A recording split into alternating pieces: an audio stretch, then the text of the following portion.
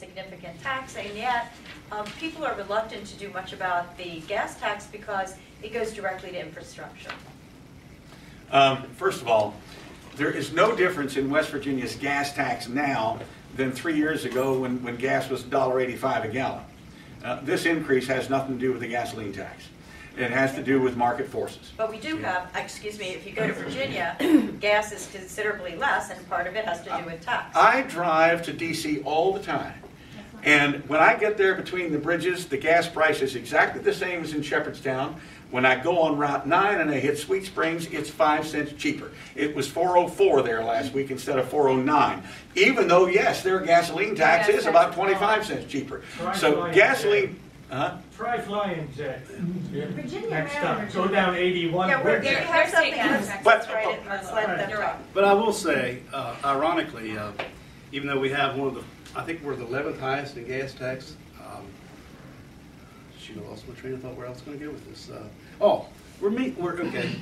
It's ironic that in the state this year we had the commissioner of highways tell us that we're losing tax revenue because we're mandated to drive more fuel-efficient vehicles. So that's the catch-22. If we're being mandated to drive, No, I disagree with him. No, that's not what he said. What he said is that people are choosing to drive more fuel-efficient vehicles. And that is true. There are vehicles that are more fuel-efficient that do just as much damage to the road. And let me make this point. But our federal government is mandating us to drive that. They're mandating manufacturers to create higher fuel-efficient vehicles. So if we're having a loss of revenue... No, but still the American people are choosing more fuel-efficient vehicles. You don't have the authority to do that here locally. Yeah. Other taxes that people are concerned about, and this specifically goes to business, are the business franchise tax and the corporate tax rate. The business franchise tax is ticketed to disappear in 3 years. We're reducing it over a period of 7 years. We just entered year 4. I introduced House Bill 2978 on February 1st, abolishing the business franchise tax starting July 1 of this year. But we're going to work that out slowly, so we're responsible with Exactly. budgeting. I did meet, and I'm glad you brought that up. I did meet with the tax commissioner, Craig Griffith, and I did meet with the head of the West Virginia Economic Development Office, and both of those gentlemen made comments to our Eastern Panhandle Caucus that they're seeing tax revenue increase because they're taking the steps to eliminate the business franchise tax. And that was one of the reasons why Macy's chose West Virginia, because of our business franchise tax. I don't think it had much to do with that. They're just not going to be paying any taxes at all, but that's a separate issue. What about the corporate? Can I weigh in on that? Yes. I'm never sitting as farther away as the moderator. Again, I'm real proud of our little state. It's a little not very well-to-do state financially, but we're here with 1.8 million people. It's not a very big state at all, but we're shining. We are shining as one of the 3, maybe 4 states in America that are operating in the black. That's something to be said. Now, obviously, we're an energy-producing state. There are a number of things going for us. That's number 1. And with coal and gas here, that the prices have gone up, which has driven the price of gas up. But the good side of that is we do get a percentage out of all the coal sales. Part of the reason that Macy's made that choice, from what I heard from the Macy's board of directors people themselves, is, and the governor touts this because it's true, that there's real uncertainty in so many other states. So much fiscal uncertainty that it's affecting the public bond market. The people on Wall Street are afraid that a lot of these states, or some of these states, may default on their publicly issued bonds. That's awful. At the same time, West Virginia is doing pretty well. We're a small ship because we've been lean all along. We never had the money to just throw around at everything. And we're paying the benefit for that now. And again, some of our leadership, Rory Thomas, very fiscally conservative, he's been president of the Senate a long time. Speaker Kiss was there. A couple things we're doing that are real, I mean, never thought or talked about. Not only, I would imagine we may be the only state in the union in these rough economic times. And when I say rough, I mean for the states. Over in Maryland, they're not coming out of this very well at all. And they're looking at draconian ways to do it. They're going to be upping taxes. They have no other choice. Maybe they do, but at the same time, and businesses like Macy's and other businesses are, wow, they're going to do something that's going to hurt us over there because they don't have much choice. They looked at West Virginia. Here, West Virginia actually, even though it was small, like $25 million, was reducing the tax. We may be alone in the United States that was doing that in these economic times.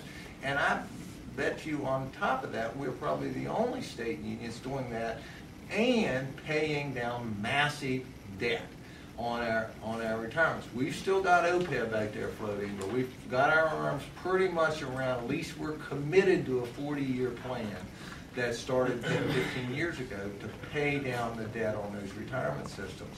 We could easily walk away and have a couple $100 million on the table and just say, we're not going to pay that this year.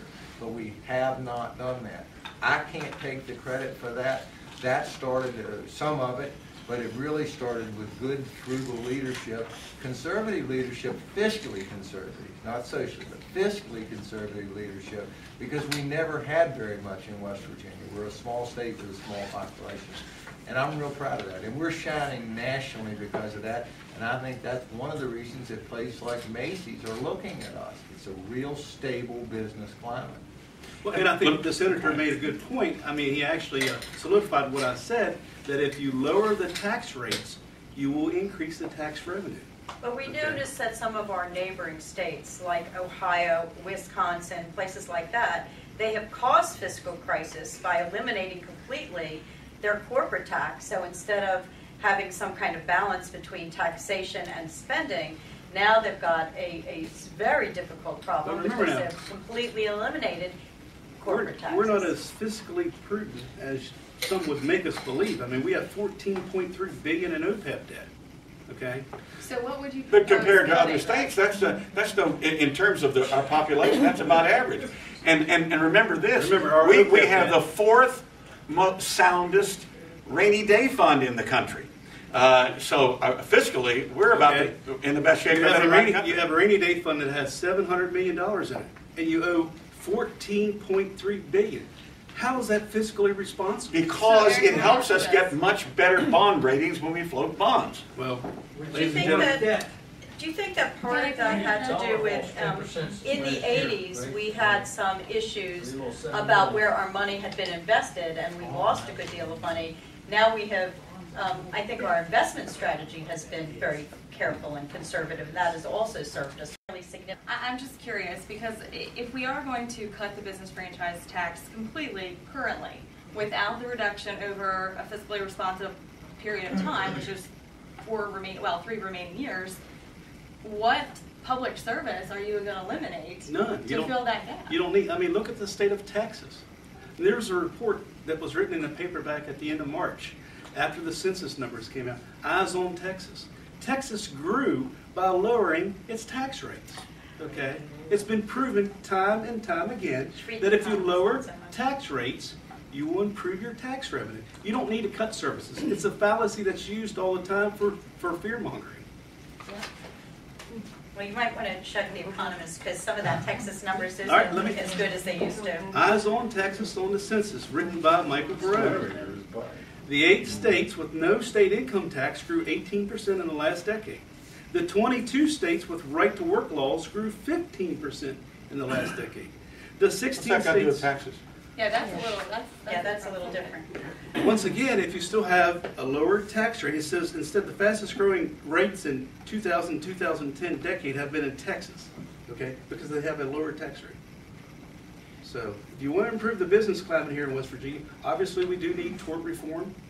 We do need tax reform. Look, Eric, I think we all accept that. That's why we're in favor of doing away with the franchise tax.